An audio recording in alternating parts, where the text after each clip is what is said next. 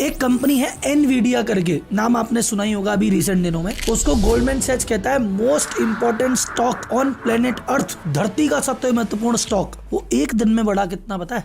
22,50,000 करोड़। 22,50,000 करोड़ कितना होता है आपको समझाता हूँ। रिलायंस की 3 पीढ़ियां लग गई, धीरूभाई अंबानी जी लगे, मुकेश अंबानी जी लगे, और उनकी तीसरी पीढ़ी भी आ गई है, बोर्ड संभाल रही है। रिलायंस इंडस्ट्रीज का मार्केट कैप इतने सालों में जाके है 20 लाख करोड़, और वो एक ही दिन में बढ़ गई 22 लाख करोड़। कितना बड़ी एक दिन में, इस बात को ऐसे समझो। ये जो इसका गेन है, ये न्यूजीलैंड की जीडीपी, इराक की जीडीपी से भी ज्यादा एक दिन में बढ़ गई।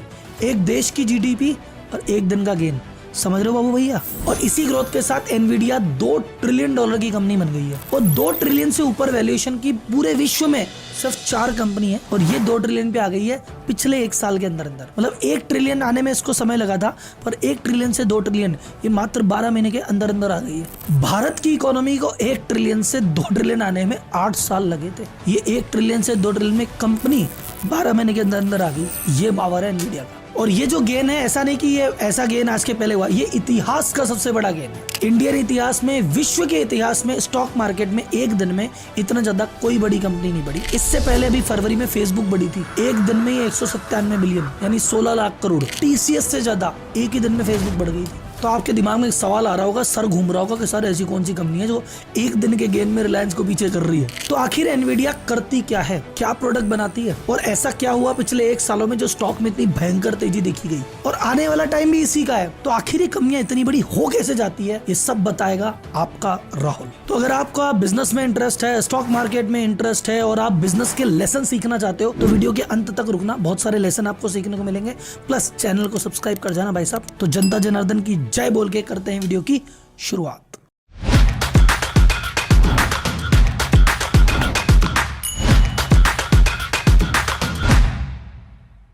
तो पहला सवाल, आखिर ये एनवीडिया है कौन, ये करती क्या है? इस समय दुनिया में 1 ट्रिलियन यानी 83 लाख करोड़ से ज्यादा वैल्यूएशन वाली मात्र 8 कंपनियां हैं। उसमें 7 अमेरिका की है और 1 हमारी सऊदी अरब की है। उन 7 कंपनी में से 1 कंपनी है एनवीडिया। ये बनाती है कॉम्प्लेक्स कंप्यूटिंग के लिए चिप। कुल मिला के इसका कंप्यूटर मोबाइल में जो चिप है वो बनाने का इसका काम है। और जहां भी कंप्यूटिंग बेसिक से न होके एडवांस वर्जन की जरूरत होगी, वहां पे एनवीडिया की चिप लगेगी।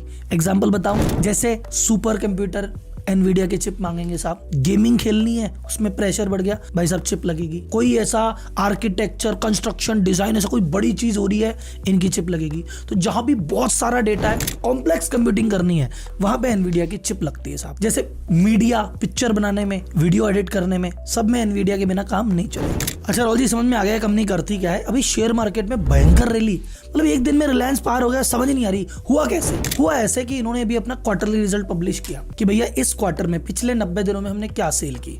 तो उन्होंने बताई पिछले हमारे 90 दिनों की सेल है 22 बिलियन। 1 बिलियन में होते हैं 8,000 करोड़, यानी मोटा मोटी इनकी सेल 1,80,000 करोड़ मात्र 90 दिन में।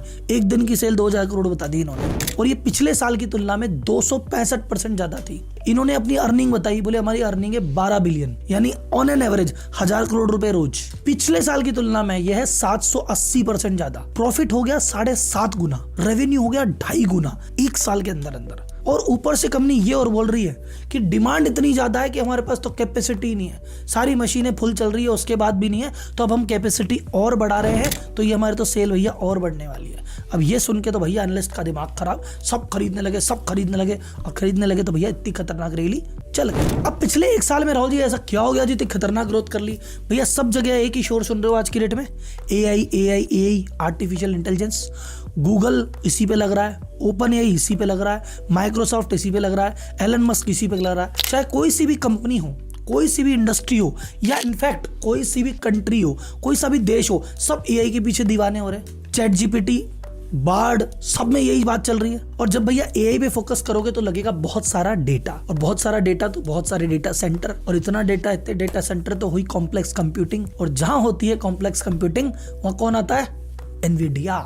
तो ये जो एआई चिप बन रही है, इसके 80% बाजार पे सिर्फ इसी का कब्जा है। तो आज की डेट में आने वाला दौर किसका? एआई का। और एआई की चिप बनाने वाली कंपनी इकलौती या 80% बाजार पे कब्जा करने वाली कौन? एनवीडिया।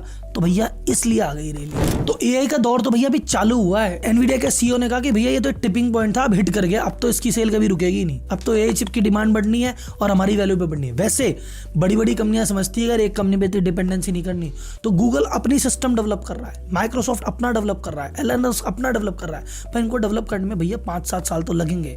और जब तक इनका डेवलप नहीं होता, एकमात्र सोर्स है पूरे विश्व में एआई चिप की सोर्सिंग का, एनवीडिया। तो अगले 5-7 साल तक भैया इसको तो कोई ना रोक रहा। अच्छा, एनवीडिया ने अपनी स्टार्टिंग कैसे की थी उसके कुछ प्रोडक्ट के बारे में बताता हूँ, आपकी शायद कुछ बचपन की यादें ताजा हो जाएगी, मेरी तो यादें ताजा हो गई थी। कंप्यूटर जब अपन बचपन में लेने जाते थे, कंप्यूटर का सबसे इंपॉर्टेंट पार्ट कहलाता सीपीयू, सेंट्रल प्रोसेसिंग यूनिट, कि भैया ये है। और बेसिक कंप्यूटिंग करते थे, हमको सीपीयू बहुत लगता था, पर जहां लगता था हमारा बेटा तो इंजीनियरिंग की पढ़ाई करेगा, हमारा बच्चा तो कोडिंग करेगा, तो भैया कंप्यूटर की कैपेसिटी बढ़ानी पड़ती है। तो बाद में आती थी अलग से चिप, कि भैया अगर आपको सीपीयू की कैपेसिटी बढ़ानी है तो एक बार तो बेसिक ले लो, फिर ऊपर से चिप लगा देना।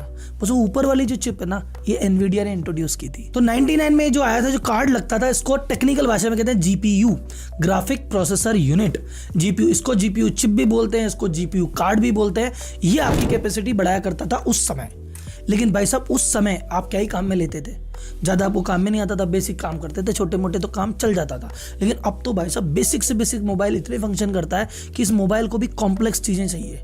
तो अब सीपीयू से ज़्यादा जोर आ गया जीपीयू के ऊपर। अब हर प्रोडक्ट में मोस्टली केसेस में जीपीयू ही लग के आ रहा है, या जीपीयू ही बेस हो गया, सीपीयू को कोई पूछ ही नहीं रहा। तो कुल मिला के आप ये जो आपका सेमीकंडक्टर इकोसिस्टम है, जो आने वाले इस दुनिया है, जो ताइवान की कंपनी है TSMC, वो बैकएंड का बहुत बड़ा प्लेयर है, कि भैया वो पीछे की चीज बनाता है तभी काम होता है। तो फ्रंट एंड के सबसे बड़े प्लेयर में आप एनवीडिया का नाम शामिल कर सकते हो। तो भी एनवीडिया के जीपीयूज जो आ रहे हैं, एक नया जो जीपीयू जिसने अभी धूम मचाई है, RTX करके है, जो कि एआई जो चीजें हैं इसको प्रोसेस करने में बहुत अच्छी हेल्प कर रहा है। और ये ना सिर्फ इसके हार्डवेयर देता है, एनवीडिया का एक अपना पर्सनल सॉफ्टवेयर भी है, जिसकी मदद से जितने भी हार्डवेयर हैं वो अलाइन हो जाते हैं। तो टेक्निकली एक तरह से फुल स्टेक कंपनी है ये, हार्डवेयर में भी हेल्प कर देगी, सॉफ्टवेयर में भी हेल्प कर देगी, इसलिए इसका आसानी से कोई कॉम्पिटिटर भी पैदा नहीं हुआ। अभी मैंने आपको घटना बताया एनवीडिया क्या है, क्यों बड़ी, कैसे बड़ी और आगे इसका क्या फ्यूचर है।